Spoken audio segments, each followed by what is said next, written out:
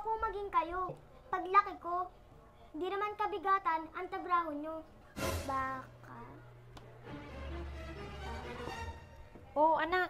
Anak, tapusin mo na yung assignment mo, oh. Isang question na lang, oh. Ano bang tanong dyan? Baka makatulong ako.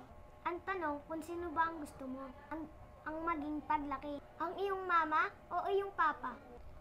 Napakadali lang sagutin ang tanong na yan, anak. Siyempre, ang gusto mong maging paglaki, siyempre, si mama. Tama ako, di ba? Nagkamali kayo dyan, ma. Ang gusto kong maging paglaki si papa. Ha? Ayaw mong maging ako paglaki mo? Ayaw kong maging kayo. Paglaki ko, hindi naman kabigatan ang trabaho nyo dito sa bahay. Hindi katulad kay papa. Napaka-importante ang trabaho niya. Okay ma, nasagutan ko na. Oras na para maglaro ako. Si papa ang gusto ko na maging ako. Paglaki ko. Kasi importante ang trabaho niya. Ma, nagugutom na ako. Pwede mo pa akong paghanda ng pagkain? Ah, hindi anak. Wala akong ganang kumilos ngayon. Isa pa, hindi yan kabigatan ng trabaho. Okay ma.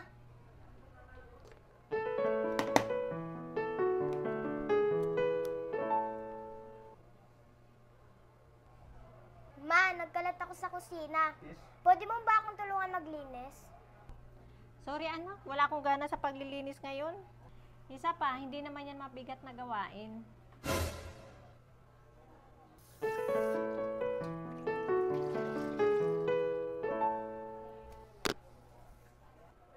Ma, nadumi ang damit ko. Pwede mo ba akong paglaban ng damit?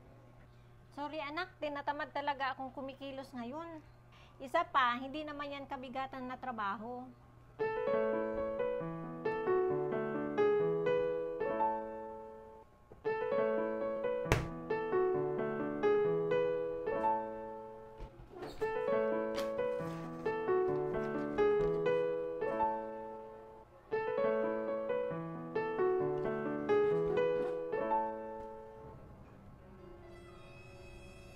Mama, pwede niyo ba i-check ulit yung assignment ko? Oh, binura mo yung unang sagot. Tapos, ang bago mong sagot, gusto ko maging ang mama ko paglaki ko. Dahil ang trabaho ng mama ko ay sobra-sobrang importante. Ma, patawad ma.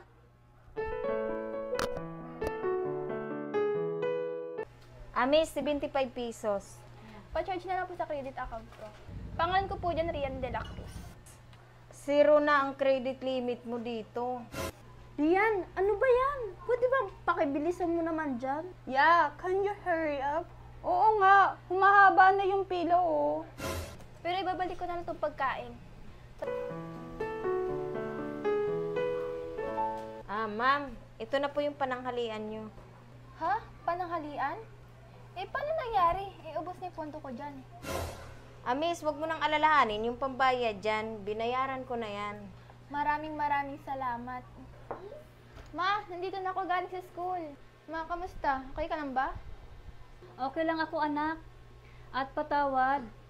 Alam kong hindi ka na naman kumain ng pananghalian. Ma, okay lang ako. At kumain ako ng lunch. Pero paano? Ma, yung cashier, siya yung nagbayad para sa akin. At isa lang yung binili niya sa akin. Na isang araw, ipasa ko na rin tong tulong na to sa iba. Bago niya pa ibigay tong card na to.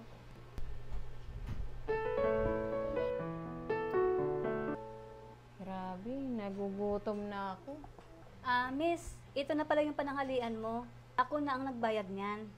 Balang araw, ipapasa mo rin itong tulong na to sa iba.